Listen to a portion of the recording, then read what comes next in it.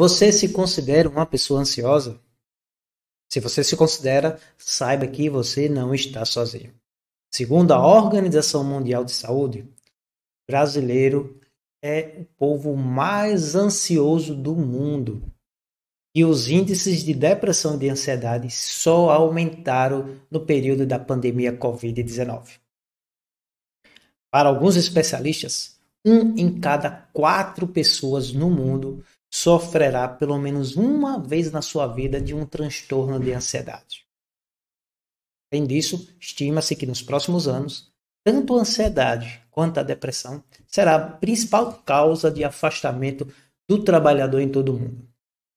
Mas quando é que uma ansiedade é normal, ou ela pode estar ou já se tornou numa ansiedade patológica, em uma doença da ansiedade? No programa de hoje, nós iremos abordar a ansiedade normal e patológica e os principais transtornos da ansiedade que acomete a nossa população e que você ou alguém próximo a você pode estar sofrendo desse mal. Por isso, se você gostou do tema, já deixa aí a tua curtida. Se ainda não é inscrito ou inscrita, inscreva-se em nosso canal, Psicólogo Manuel Carvalho. Todas as semanas, programas com dicas e orientações sobre a psicologia, sobre o comportamento humano e sobre o exercício profissional de psicólogas e de psicólogos. Nos vemos logo após a vinheta.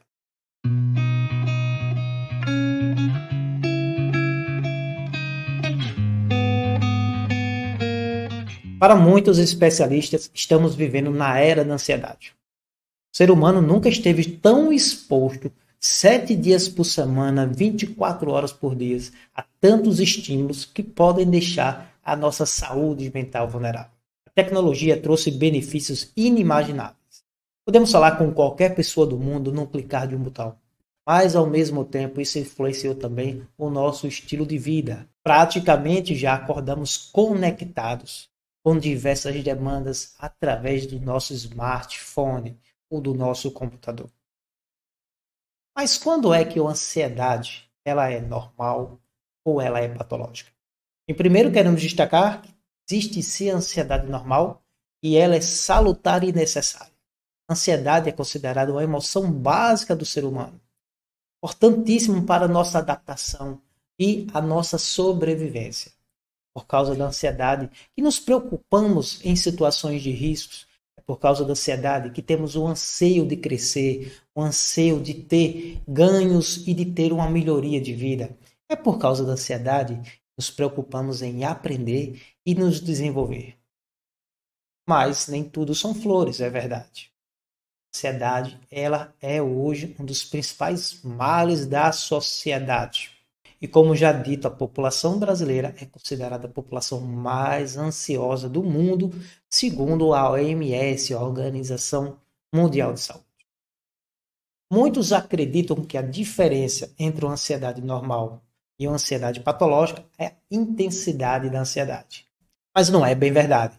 Podemos ter uma ansiedade até com uma certa intensidade, mas ela ainda ser uma ansiedade normal, compatível com a situação ao qual vivenciamos. Mas a grande diferença, se é que podemos dizer assim, entre a ansiedade normal e patológica, são os impactos que essa ansiedade traz para a nossa vida. A ansiedade patológica, além de uma intensidade, ela tem uma duração maior do que a ansiedade normal e ela traz prejuízos para a nossa capacidade de adaptação, seja no rendimento do trabalho, seja para o nosso convívio social, seja para as nossas relações humanas e, claro, para o nosso bem-estar subjetivo. Entender as diferenças entre uma ansiedade normal e uma ansiedade patológica é fundamental para a sua saúde mental, mas também para a sua capacidade de lidar com as diversas situações que nos acometem no dia a dia. Entre os principais transtornos da ansiedade, podemos destacar transtorno de ansiedade generalizada, transtorno de pânico, o toque transtorno obsessivo compulsivo, o estresse pós-traumático, fobia social, fobias específicas, entre tantos outros. Mas como você pode, pelo menos, levantar indícios de que a ansiedade que você está vivenciando, ela está ultrapassando o que podemos chamar de um quadro ou de uma situação de uma ansiedade normal? Em primeiro lugar, como já dito, não é só a intensidade da ansiedade que vai levar indicadores de um quadro patológico da ansiedade. E nem todo episódio de uma ansiedade intensa é um quadro de um transtorno da ansiedade. Nós podemos sim ter um episódio de ansiedade muito intenso devido a uma situação que podemos estar vivenciando, algum tipo de expectativa ou até mesmo problemas que você possa estar enfrentando. Mas isso não quer dizer que você está tendo um quadro de transtorno ansioso.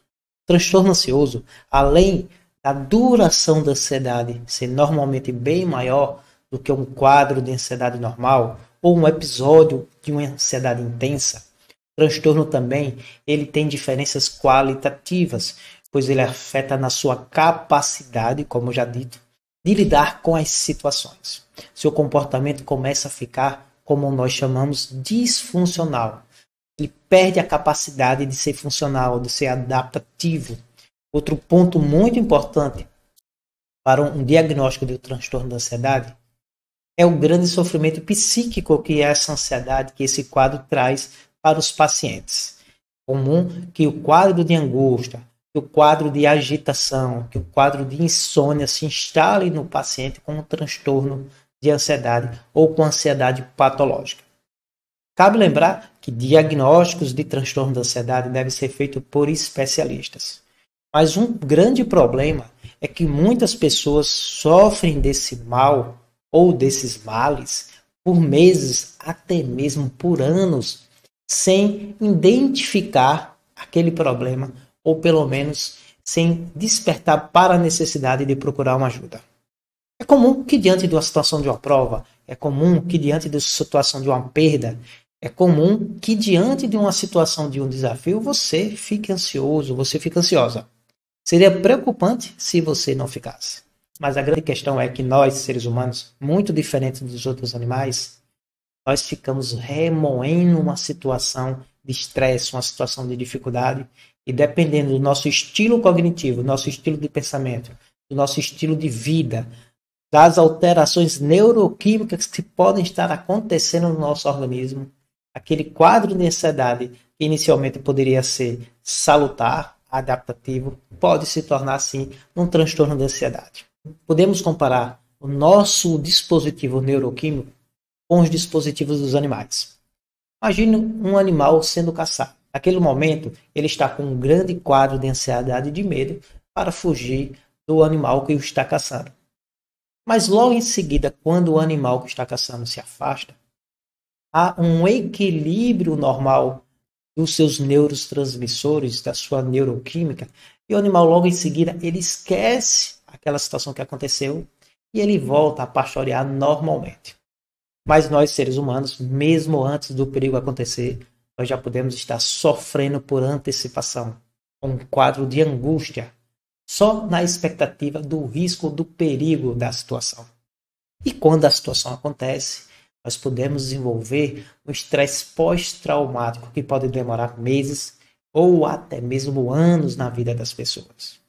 E por fim, cabe destacar que nós recebemos da nossa família, dos nossos antepassados, uma carga genética, uma carga neurobiológica que já pode deixar você predisposto e predisposta a ser uma pessoa mais ansiosa ou menos ansiosa.